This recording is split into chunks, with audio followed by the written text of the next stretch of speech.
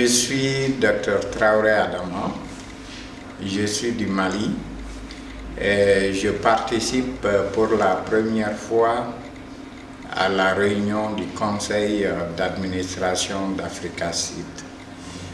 Comme vous le savez, la semence est essentielle dans le développement agricole.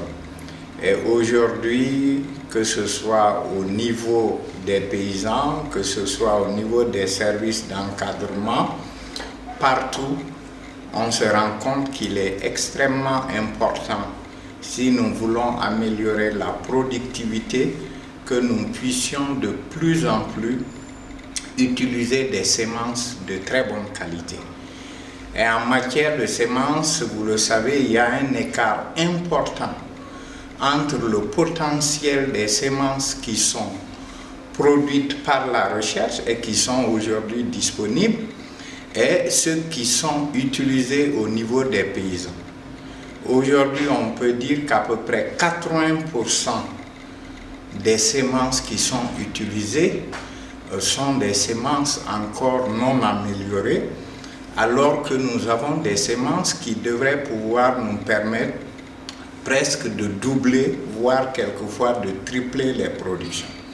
Alors, les dirigeants africains ont déjà, depuis quelques années, constaté qu'il était extrêmement important que ce sujet soit développé à un niveau très élevé. C'est pour cela, c'est l'Union africaine qui en a fait son affaire et qui a décidé d'appuyer une coordination et un développement du secteur sémencier au niveau continental. Et c'est dans ce cadre-là que des réseaux ont été mis en place et l'évolution de ces réseaux à travers le partenariat de la FAO, de l'Union africaine et d'autres partenaires ont abouti aujourd'hui à la mise en place d'une structure qui devrait permettre de prendre en charge la coordination globale des problèmes de développement du secteur sémencier. Et je suis très heureux de faire partie du conseil d'administration de cette organisation qui vient d'être mise en place. Et cette organisation tient ici à Abidjan sa première réunion formelle de conseil d'administration.